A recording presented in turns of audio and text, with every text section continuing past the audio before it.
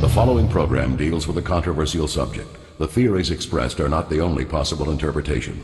Viewers are invited to make a judgment based on all available information.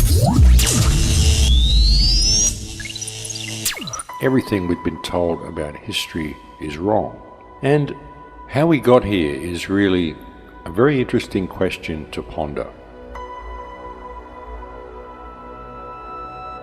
There are known knowns. There are things we know. We also know there are known unknowns. That is to say, we know there are some things we do not know.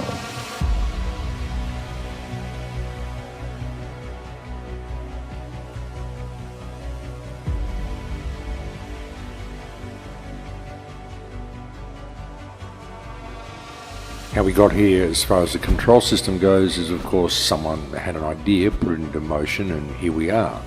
But when you look at the control system and you look at what we've really done since the Industrial Revolution, it's really quite miraculous. It really is. Even when you look at what we've done in the last 30 or 40 years, technology has simply snowballed. Some of the technology we're using now is stuff that was never dreamt of when I was a child. It was all science fiction when I was a child. This was stuff out of Flash Gordon and bizarre comic books. But even Flash Gordon and some of the bizarre comic books didn't have the stuff that we've got now. So you really have to wonder where it all comes from. The point is, what I'm saying here is you can't really date a lot of the information that we believe we can date, because all that really can be confirmed is that which exists within living memory. That's what we've got. You know, we don't really have any idea where we are, where we come from, or what's really going on here at all.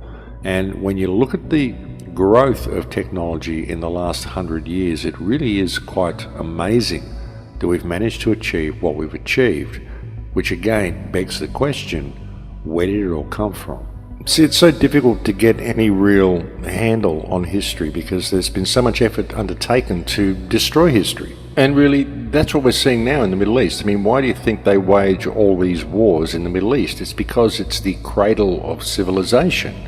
And they're just destroying history all over the Middle East. They're destroying all the ancient artifacts they can, all the ancient cities they can, all the ancient structures that they can. Because the stuff that's there in the Middle East that they're bombing in Syria, places like Aleppo and Palmyra, these are far older than the places that you find in Europe.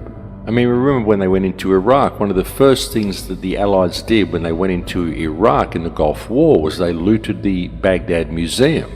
And a lot of the artifacts from the Baghdad Museum were actually found scattered around the side of the road in certain back areas in the United States. All smashed to pieces, of course, but I remember some of these things even made the news, the fact that they were found.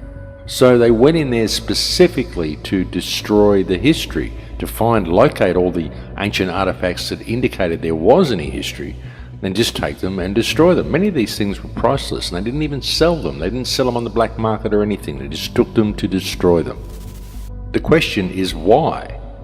Over the ages, there's been so many groups that have destroyed so much stuff. I mean, the burning of the Alexandrian Library, for example, which was burnt by one or two, possibly even three groups of people, burnt by the Christians, burnt by the Arabs, burnt by anybody who wanted to burn it.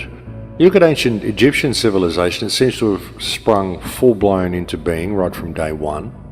That all seems perfectly normal. Look at Chinese civilization. That's always been an incredibly advanced civilization and always very hidden, and we don't know anything about where that came from because many Chinese emperors took it upon themselves to destroy all the history books that existed before them because they decided they would be the beginning of history and history should start with them and there should be no one before them.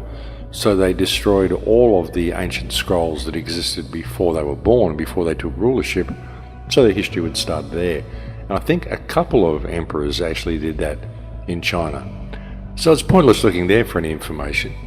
We may have got something from the Mayans, but the Spanish did a great job of destroying all of their information. We do have one or two codexes left, but people simply can't translate them properly. Of course, there's a rich history to be found in Europe, but God knows what it is, because Europe has been a war zone since recorded history even started. So it's very difficult to know what happened there, because there's been so many cultures come and go, and so many armies march across the land, and so much destroyed across Europe. And of course, as in the case with any good battle, history is written by the winners. And all you've got to really do is go and travel around the world and look at stuff to see the truth of this. I mean, nothing is what they tell us it is. None of it makes sense. Nothing that they tell us makes sense. But when were they there is the question. Was it all really as long ago as what we think it was? And again, that may seem like a very strange question to ask, but I don't know, folks. I mean, everything we've been told is a lie, so you have to question this as well. You know, and the fact that it's so difficult to really discover too much about the Earth is what has promoted the concept of things such as the Flat Earth Society, the Flat Earth Movement, which has done so much damage to the resistance. It really has.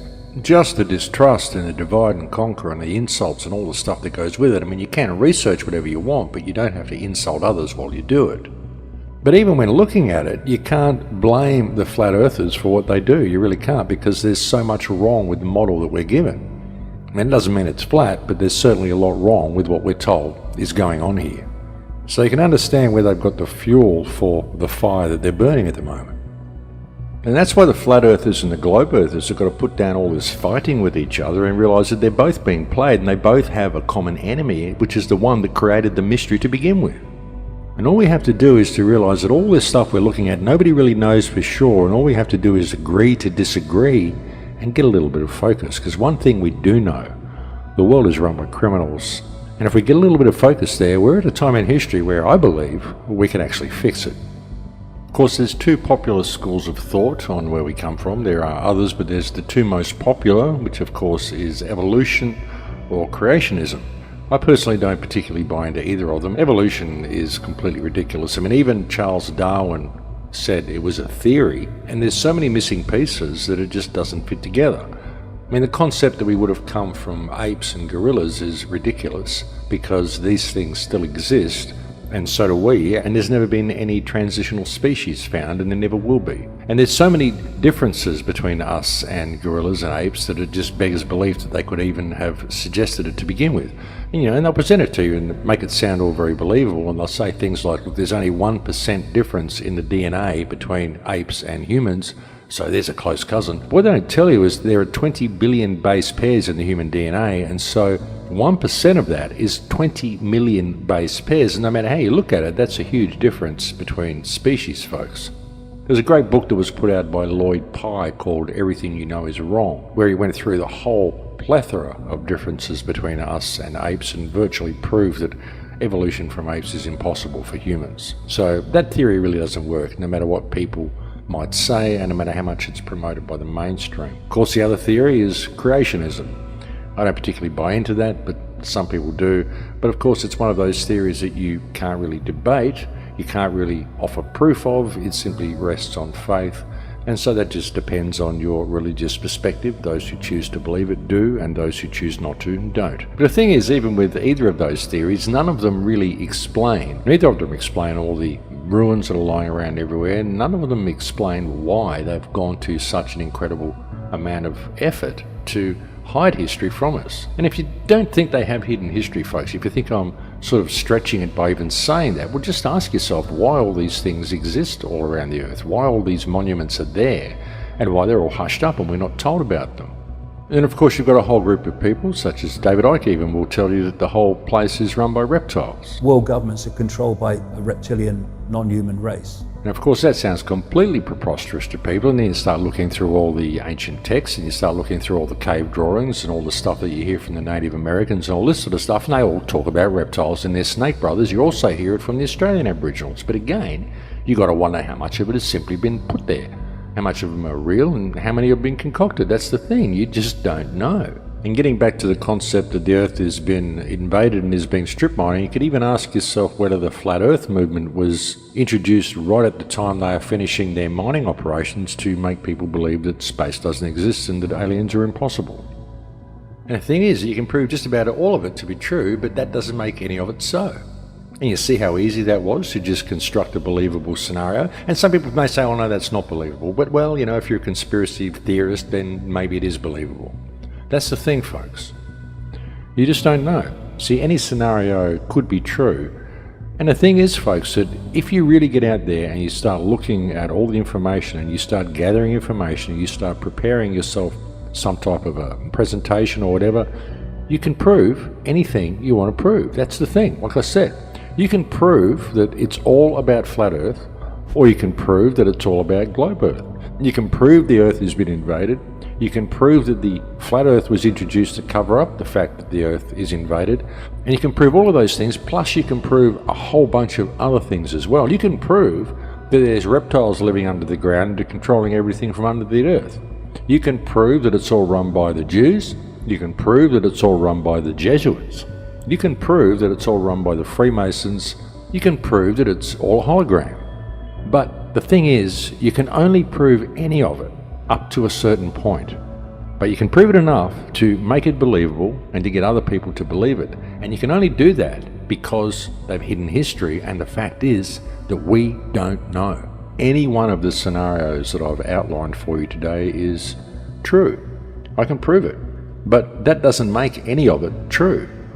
Because the reason I can prove any of them to be true is because all the information has been put out there to be able to create a believable scenario about anything you choose to believe.